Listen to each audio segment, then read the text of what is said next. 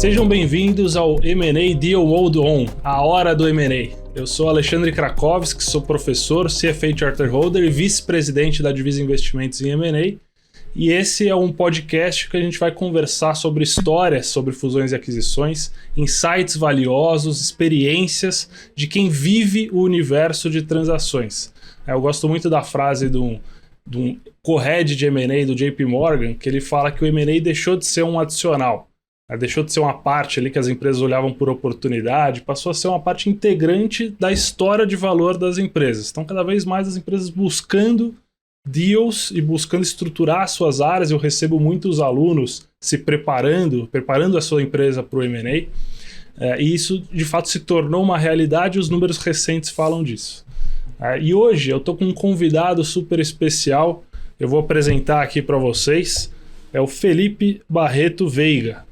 O Felipe Barreto Veiga, ele é advogado, sócio fundador do BVA Advogados, especialista em M&A, Private Equity, Venture Capital e tudo que as outras siglas dão direito de falar, né, Felipe? O Felipe, ele acumula mais de 200 transações no currículo, que somam ao todo 8 bilhões de reais. Então, seja super bem-vindo, Felipe. Obrigado, Ale. Obrigado, Alexandre. Prazer estar aqui com vocês. Bom, eu sou Felipe Barreto Veiga, sou advogado, trabalho há muitos anos com transações e a gente acompanhou boa parte do desenvolvimento do mercado brasileiro de transações, tanto as altas como também as baixas que a gente tem vivido um pouco mais recentemente. E, de novo, é um prazer estar aqui com você e com a sua audiência. Muito obrigado, Felipe. E antes de a gente começar a bater um papo aqui, o que o advogado faz, o que significa essas siglas, o que você tem visto com a sua experiência do mercado, a gente queria passar as principais transações recentes, e aí fica à vontade para comentar em cima delas. Né? Então, a primeira, um anúncio super novo, a Nestlé anunciou a aquisição da Copenhagen, um deal, a parte majoritária avaliada em 4,5 bilhões de reais, e esse deal faz a saída da Advent. A Advent é um fundo Private Equity, estava investido na Copenhagen, agora ele estaria fazendo a sua saída. Em apenas 3 anos, né? E curiosamente a transação foi aprovada justamente no ano que o CAD, que é responsável pela defesa e intervenção econômica no nosso país, aprovou a transação da Nestlé com a Garoto, né? Depois dela ficar 20 anos, entre aspas, engavetada, esperando a aprovação do órgão. Isso, você comentou, isso é uma das principais... Acho que a pulga atrás da orelha do pessoal da Suíça. Ele falou, a gente comprou a Garoto em 2002 e tá há 20 anos para ser aprovado, foi aprovado, então acho que com essa aprovação se sentiu confortável em fazer um outro movimento. Cacau Show também estava na disputa, sim. Mas pelo visto a Nestlé vai encarar um CAD de novo, a gente espera que menos de 20 anos dessa vez. Pelo visto a Nestlé gostou da demora, né? E gostou do mercado brasileiro, e é um sinal bem interessante porque mostra que uma companhia do setor de bens de consumo está apostando numa empresa de consumo e também de franchising num Brasil hoje governado, né, por um governo que tem uma tendência de estimular o consumo. Então, um bom sinal para o consumo no Brasil. Boa. Próxima notícia de destaque é a fusão da Vero com a Americanet. A Vero tem por trás dela o fundo de Private Equity 20 Partners e a Americanet tem por trás dela o Warburg Pincus. As duas estavam tentando buscar um IPO nessa última janela, até protocolou o IPO, não conseguiu, e agora as duas se juntam para formar um ISP, né, um provedor de internet, com 1,4 milhões de assinantes de banda larga e um faturamento combinado de 1,7 bi. Para ter uma dimensão, hoje os principais players ali mais conhecidos, Vivo, Claro, né, Claro tem 9 milhões, Vivo tem 6, a TIM tem 700 mil, então eles já passam a TIM, passam a Sky, que tem 130 mil. Então passa a ser um player relevante e buscando talvez um voo maior daqui a alguns anos, unindo forças, né? Foi um mercado que esteve no alvo dos fundos de Private Equity nos últimos anos, mais precisamente nos últimos 5 anos. E houve uma grande consolidação do setor também, né? Muitos pequenos provedores locais do Brasil de Brasis, do interior do Brasil, foram sendo adquiridos nos últimos meses, nos últimos anos, principalmente depois da pandemia, e essa transação mostra que o setor continua pujante e ainda continua buscando alternativas para crescer e competir com as grandes empresas, as grandes companhias do setor, como por exemplo a Vivo e a Claro. Boa. E você comentou, esse é um setor que a gente conhece bastante lá na Divisa, a gente fez diversas transações. Pra você ter ideia, a Vero foi criada né, em conjunto com a Advise, assessorando os 6 provedores regionais que fizeram a fusão. Criou-se a Vero Internet e, ao mesmo tempo, a gente trouxe o fundo de Private Equity 20 para investir e, de lá para cá, comprou diversas empresas e agora participa dessa fusão. Outra assessoria que a gente fez recentemente, na última semana, a Web para a Lares, um deal de 200 milhões. Então, um setor que continua aquecido, mas que já num estágio de maturação, consolidação. Vamos ver o que vai ter de história nova aí para frente. E esse é um excelente indicador, né? Quando vendedores, quando o sell side busca grandes casas e grandes advisors como você, como a Advisia, isso significa que o setor já está sofisticado o suficiente para ir buscar bons parceiros, bons consultores, bons advisors, para irem mais forte para essas transações de mercado. Então mostra que o setor não só está passando por uma grande consolidação, mas também está passando por uma sofisticação. E quando a gente olha quem são os players desse setor, estão olhando para a Americanet, para a BrisaNet, que são grandes companhias já bem consolidadas nesse setor, mas os menores players buscando grandes advisors, boas casas como a de vocês, significa que o setor realmente não está só se consolidando, mas também passando por uma sofisticação.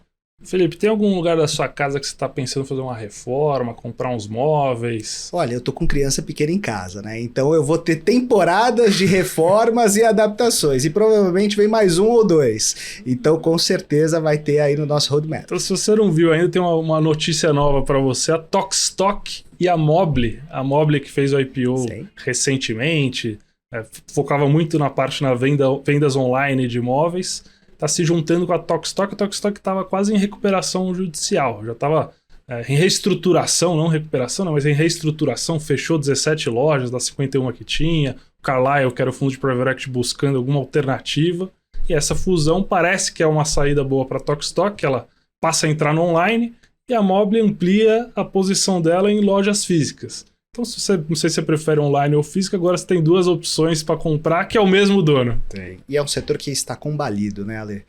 Quando a gente olha para o retrovisor recente, a Etna fechou sua operação no Brasil e a Tokstok virou o único player com essa capacidade de distribuição e de vendas no Brasil. E essa transação com a Mobly, ela chama atenção não somente pelo potencial dessa combinação de negócios e também pelas sinergias, afinal a Tokstok ela é dominante no varejo físico e a Mobly é um grande marketplace provavelmente dominante no varejo eletrônico. Essa combinação ela gera sinergias óbvias. Porém, a gente falou do CAD da transação de Nestlé e Garoto, eu imagino que o CAD vá se interessar também por essa transação, afinal se cria ali um colosso dentro do mercado de vendas de artigos de decoração e de mobiliário. Muito bom. A quarta, penúltima anúncio aqui das principais transações recentes é o Gympass. Ele fez Gympass, você tem benefícios corporativos, o pessoal aí que trabalha em empresa. Você pega o Gympass, consegue usar em qualquer academia. O Gympass hoje está valendo 2,4 bilhões de dólares, né? Um aumento versus o valuation anterior, que estava em 2,2 bilhões. Foi na entrada do SoftBank em 2021, naquele boom de IPO, de negociações.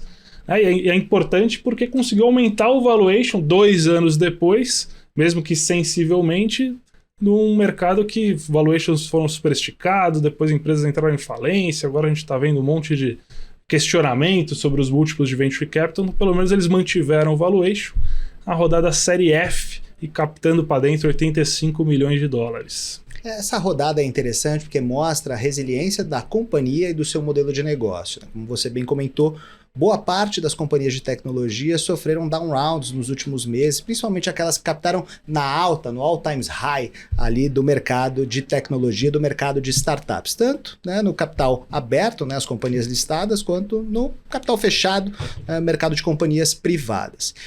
Uma coisa que chama atenção nessa rodada é que 2 anos após a última rodada, a gente só teve um acréscimo de 200 milhões no market cap da companhia. Ou seja, muito embora ela não tenha passado por um down round e ela tenha captado um volume significativo de dinheiro, o valuation dela não foi tão esticado, não foi tão desenvolvido nesse período de 2 anos. Então isso chama um pouco a atenção como um benchmark de mercado. Será que outras companhias com modelos de negócio mais fracos vão conseguir captar um volume de dinheiro suficiente para conseguir dar continuidade às suas atividades sem sofrer um down round? e, obviamente, né, continuar crescendo, olhando os valuations que elas tiveram no passado, acho que essa rodada deixa essa dúvida no ar. E o que o pessoal tem chamado de inverno das startups, né? Então a gente passou ali uma Selic que chegou a 2%, depois 13,75%. Então, pô, crédito caro, vale muito mais a pena você deixar o dinheiro parado, rendendo no banco, do que sair comprando, investindo, principalmente capital de risco, que são startups.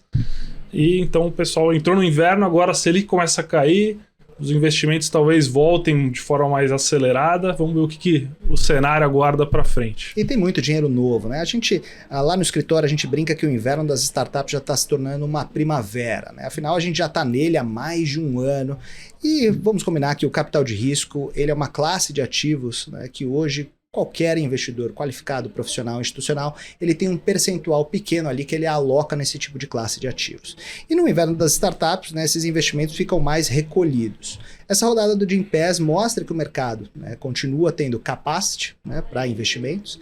Aí a gente teve um outro deal recente que mostra que existe um novo dinheiro, né, cada vez mais presente no mercado, que é o dinheiro do Corporate Venture Capital, do Corporate Venture, que foi a aquisição da Pismo pela Visa no valor total de $1 bilhão, né? Inclusive, eu comentei para a Bloomberg sobre essa transação. É uma transação que mostra a resiliência do mercado de tecnologia e mostra que talvez esse inverno esteja virando uma primavera, e a gente vai torcer para que vire um verão muito em breve. Você adivinhou qual que era a minha última transação. A Pismo foi a maior venda de fintech realizada pelo Brasil. Então, $1 bilhão, né? Já nasce um unicórnio nessa transação para a Visa. O que isso impacta o cenário na América Latina de startups, de tecnologia? O que isso gera para o nosso ecossistema? Eu acho que o mercado de fintechs brasileiro é muito pujante, né? A gente tem muitas soluções e muitas casas, muitas companhias muito boas, né? Tá aí o Nubank, tá aí o Inter para provar para a gente que é um mercado realmente muito pujante. Eu acredito que o mercado de fintechs no Brasil e na América Latina ainda tem muito espaço para crescimento e, pelo visto, os investidores, tanto os institucionais quanto os corporate ventures, também acreditam nisso. Afinal, existe uma grande parcela da nossa população que ainda está desbancarizada, existe uma informalidade muito grande nos negócios e esses modelos de negócios, os modelos econômicos das fintechs, buscam atacar esse tipo de problema social e acho que elas estão fazendo um grande trabalho. E a aquisição da Visa é muito interessante porque mostra que realmente existe capital massivo sendo direcionado para esse setor. A gente falou bastante de transações, né? Então, vamos colocar um pouco aqui no mapa para o pessoal conseguir entender, quem tá acompanhando, quais são os tipos de transação. Então, M&A, Mergers and Acquisitions, né? Que seriam fusões e aquisições. Então, duas aqui estão dadas. Uma aquisição de uma empresa, uma fusão, juntar duas e virar uma só. Que outros tipos de M&As ou de transações existem? Existem vários, né? Acho que os mais clássicos são a aquisição de controle, né? Onde um comprador ele compra 50 mais 1, 51% a qualquer capital até os 100%, ele toma o controle da companhia. Existem as compras integrais, que é a compra de 100%, onde o comprador está comprando todas as ações ou cotas daquela companhia. Você tem as Path to Control, que é uma transação que já está mais em desuso, onde o comprador ele compra um capital minoritário com direitos políticos, como se ele fosse um controlador, e ele vai aumentando a sua participação, a sua aposta na companhia até tomar o controle ou até tomar 100% da companhia. Existem também os acqui-hires, né, que é um modelo de transação bem clássico dentro do mercado de tecnologia, que na grande verdade ele não significa uma aquisição da companhia, mas sim um modelo análogo, semelhante, às vezes até híbrido, onde se compram soft assets, como por exemplo uma propriedade intelectual, um software, uma marca, uma patente e um time. Afinal, o grande objetivo do comprador é trazer aqueles talentos que estão naquela companhia junto com uma outra fortaleza ali do negócio. Existem também transações um pouco mais divertidas do ponto de vista de operacionalização, mas que não são tão clássicas, pelo menos não no mercado brasileiro, não no mercado brasileiro de agora, como os LBOs, né, os Leveraged Buyouts, ou os MBOs, Management Buyouts, que são transações, né, o LBO você tem uma compra alavancada, onde você tem um parceiro financiador junto com a direção da companhia ou com o board da companhia, fazendo uma proposta normalmente hostil para a aquisição do controle, e essa compra é toda financiada utilizando o caixa da companhia, e os Management Buyouts, que são transações onde a administração da companhia, os diretores, normalmente uma segunda geração profissional institucionalizada que trabalhava para uma primeira geração e hoje é quem está à frente das rédeas da companhia, onde ela faz uma proposta, uma tender offer para o controlador, para, né, os fundadores da companhia, para passar a ser a controladora daquela companhia, pagando, né, uma parte dos dividendos e também o preço de aquisição da transação para aqueles que fundaram para a primeira geração. Isso acontece normalmente em companhias já mais estabilizadas, com bastante tempo de mercado, onde a primeira geração não conseguiu encontrar sucessores na família e a sucessão foi feita por profissionais. Quando a gente fala do advogado, em todo esse processo, nas diferentes estruturas, né? O acqui-hiring que você comentou é o mais direto. Pô, você está comprando o time, ou a patente, e quando você faz um acqui-hiring, o interessante é que você se livra de todo o passado da empresa. Tá? Pô, tô contratando praticamente os profissionais, então é uma estrutura mais simples e com menos riscos para o comprador. Onde que o advogado ele entra em todo esse processo de M&A? E aí quais que são esses outros riscos? Você fala, pô, pagou a empresa, levou 100 milhões, lindo. Mas não tá levando só o lado positivo que tá nas notícias que você comentou, o faturamento, os clientes, ele leva outras coisas junto com a aquisição. Se puder comentar um pouco sobre isso.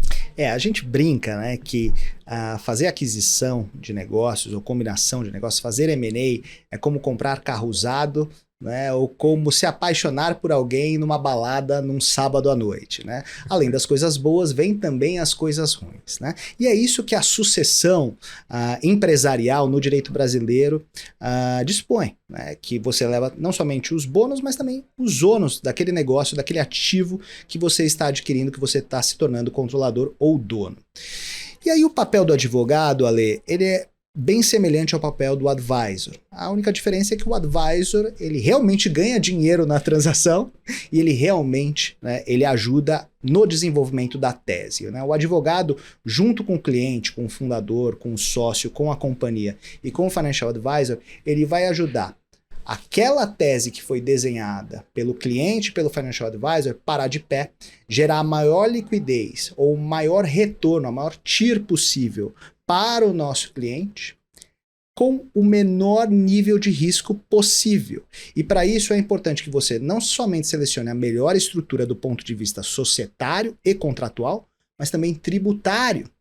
E também você precisa ter um olhar bastante pragmático para entender como que aquela transação vai se comportar ao longo do tempo. Afinal, um deal, uma transação de M&A é um organismo vivo. A gente passa meses ou até anos negociando a transação e no momento que a gente fecha ela, que cai a TED, ela não acabou. Ela vai continuar viva por mais 3, 4, 5, às vezes até 10 anos, a depender da estrutura contratual, dos mecanismos contratuais, dos direitos e obrigações de cada parte. Então, o papel do advogado é participar junto com o financial advisor, junto com o cliente nesse brainstorming de ideias, entender quem são os players que estão na mesa. Se você está no sell side, é importante entender quem são os bidders, quem são os proponentes, os potenciais compradores. E se você está no buy side, é importante você entender o que está no pipeline do teu cliente para entender quais são as oportunidades que existem ali. E uma vez que você esteja de posse dessas informações, com um bom time de advisors, financial advisors à mesa e com o cliente, você vai pensar qual que é o melhor caminho através desse brainstorming,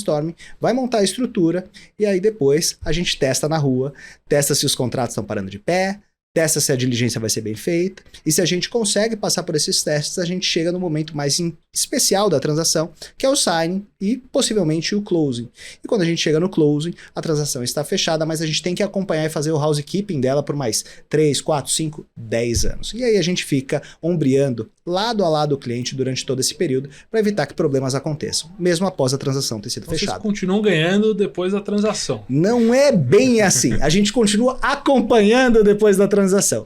Mas a verdade é que transações bem efetuadas, o nosso papel após o closing da transação, ele é muito mais subsidiário, consultivo em matérias muito específicas. Tá? Para o pessoal ter uma noção, né? Então a gente falou das notícias, sai lá o valor, sai uma nota, às vezes um comunicado para o mercado, a empresa, quando é capital aberto, ela faz ali um comunicado.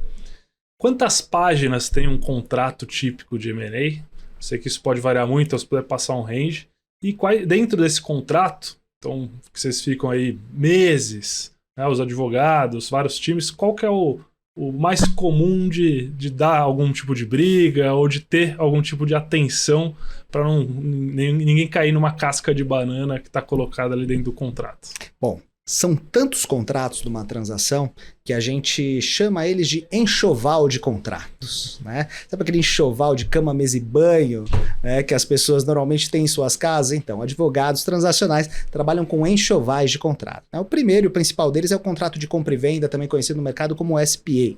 Normalmente esse contrato, só de cláusulas ali, páginas de cláusulas, eles têm normalmente 100 a 150 páginas, tá? Quando você compila todos os anexos que são mencionados nesse contrato, ele pode chegar a 2.000 páginas, e a gente já esteve envolvido em transações que tinham mais de 40 mil páginas de documentos para serem assinados, né? Hoje em dia, com assinaturas eletrônicas, isso é muito fácil. Salvou o punho de muita gente. Salvou o punho de muito estagiário e advogado júnior, porque no passado, o que os clientes faziam? Assinavam uma procuração só para que o estagiário ou advogado júnior pudesse rubricar as páginas dos documentos do enxoval. O segundo documento, que é super importante, aí depende muito da estrutura da transação, se vai ser uma aquisição total, uma aquisição de controle, uma aquisição parcial, é o acordo de acionistas, que vai estabelecer a governança da companhia, não somente entre os acionistas, mas também entre os órgãos de administração da companhia, diretoria e conselho. E o terceiro contrato super típico nesse tipo de transação, super típico no enxoval, é o contrato de trabalho, né, do fundador da companhia ou do time de fundadores ou de sócios executivos que vão passar a ser colaboradores, diretores estatutários, prestadores de serviço ou até mesmo colaboradores CLT da companhia que eles fundaram e que venderam para esse comprador. Afinal, a empresa continua, mudou o dono. Mudou o dono e o papel do dono dentro da empresa que ele fundou. Claramente ele perde um pouco de capital político nisso também. Esse contrato, que muita gente acha que é o mais simples e o que menos deve ser dispensado atenção, na verdade, é a espinha dorsal de qualquer transação de M&A. E por que, Ale? Há 20 anos atrás, 40 anos atrás, 100 anos atrás, um comprador comprava uma companhia, comprando 100% dela, falava, ô dono, ô fundador, vai embora que eu não preciso mais de você, meu time assume a partir de agora e tchau, leva teu dinheiro e vai pescar. Há muito tempo esse tipo de transação já não acontece, ela já não é mais normal, regular, tanto no mercado brasileiro como no internacional. Então, o fundador da companhia, os fundadores, os sócios executivos, aqueles que venderam a companhia para o comprador, muito provavelmente vão continuar operando ela por mais alguns anos, 3, 4, 5 anos. Para quê? Para eles aumentarem a sua liquidez naquela transação através do mecanismo de preço variável, popularmente conhecido aqui no Condado, na Faria Lima, como earnout, né? Se brincava 2 anos atrás que se você não tinha um earnout, né, e não estava tomando Vivance, você não estava vivendo na Faria Lima direito. Mas a grande verdade, né, é que esse tipo de instrumento, ele aumenta as chances de ganho e os resultados dos vendedores, mas ao mesmo tempo ele determina que esses vendedores vão ter que continuar trabalhando na companhia. E para que eles continuem trabalhando na companhia, gerando valor e aumentando os seus preços, os valores das suas saídas, eles têm que ter aquilo que eles sempre tiveram como empreendedores: autonomia, operabilidade da companhia. E se isso for tolhido deles... Enquanto que quem está comprando quer controle, quer processos, quer mandar em regras. tudo, quer ter a voz final, quer ter a palavra final, quer ter poderes de veto ou anuências. Então, é uma situação onde o papel do advogado é negociar esses acordos para garantir essa autonomia, para majorar a liquidez desse cliente, mesmo no pior cenário possível. Então, o contrato, eu acho que mais importante, junto com o SPA, para que se invista tempo, energia e dedicação, são os contratos de trabalho dos sócios executivos e dos fundadores. Para quê? Para garantir autonomias para que eles possam fazer o trabalho deles e possam aumentar o valor da sua saída. E muitos vendedores acabam deixando isso de lado e acabam pagando um preço alto por conta disso. A gente tem um caso muito relevante que está na mídia agora, que é o caso do Kabum, né, contra o Magazine Luiza, né, onde os irmãos Kabum estão discutindo, né, junto ao Itaú BBA, um potencial conflito de interesses nessa transação. E eles disseram, uma das alegações deles, é que eles perderam boa parte da autonomia que eles tinham, o que prejudicou, né, o atingimento das metas e o preço de saída deles. Para familiar, essa cláusula earnout que o Felipe comentou é uma cláusula que tem sido muito comum quando o sócio continua na empresa. Então tá vindo um comprador comprando 80%, você ainda tem 20%, como que eu mantenho esse cara motivado com esses 20%?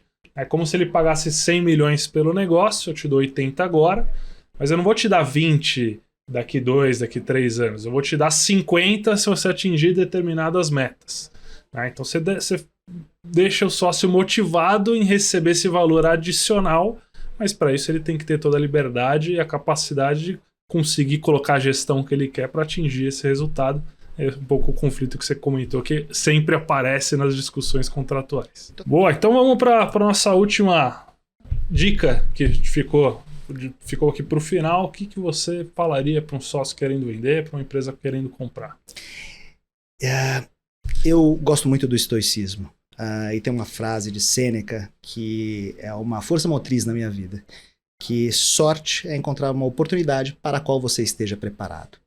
Então, o que eu recomendo para todos aqueles que queiram ir a mercado, né, que queiram entender se sua companhia está pronta para um M&A, para uma captação de recursos, ou na outra ponta, você queira ir a mercado, comprar concorrentes, comprar outras empresas de setores nos quais você ainda não atua, enfim, você queira participar de um processo transacional, se prepare. E como você se prepara? Através de estudo, através de bons consultores, bons assessores legais, bons assessores financeiros e um bom time interno para conseguir digerir aquela transação. E acho que a terceira etapa, que é muito importante, além do estudo de você ter bons parceiros, é dedique de fato tempo para desenvolver aquela transação, inclusive reservando bom tempo na sua agenda. Afinal, se você entrar de fato num processo transacional, muito provavelmente você vai ser desviado das suas funções core de dia a dia para ter que refletir, conduzir, raciocinar até o fechamento daquela transação. Então é importante que você tenha uma disponibilidade de tempo, energia, para que você possa focar seus esforços nisso. Então, acho que a frase de Sêneca ela é muito valiosa para todos aqueles que estão se preparando para um processo transacional, seja na ponta compradora, seja na ponta vendedora. Então, minha dica é: se prepare. Felipe, muito obrigado pela sua participação. Com certeza a gente continua se vendo, de preferência do mesmo lado da mesa, mas quem sabe do outro lado da mesa em outras transações. Hoje a gente falou muito sobre contratos, sobre cláusulas, sobre principais deals, motivações. Então, um episódio repleto. E a gente se vê no próximo episódio de Deal Mode On, a hora do M&A.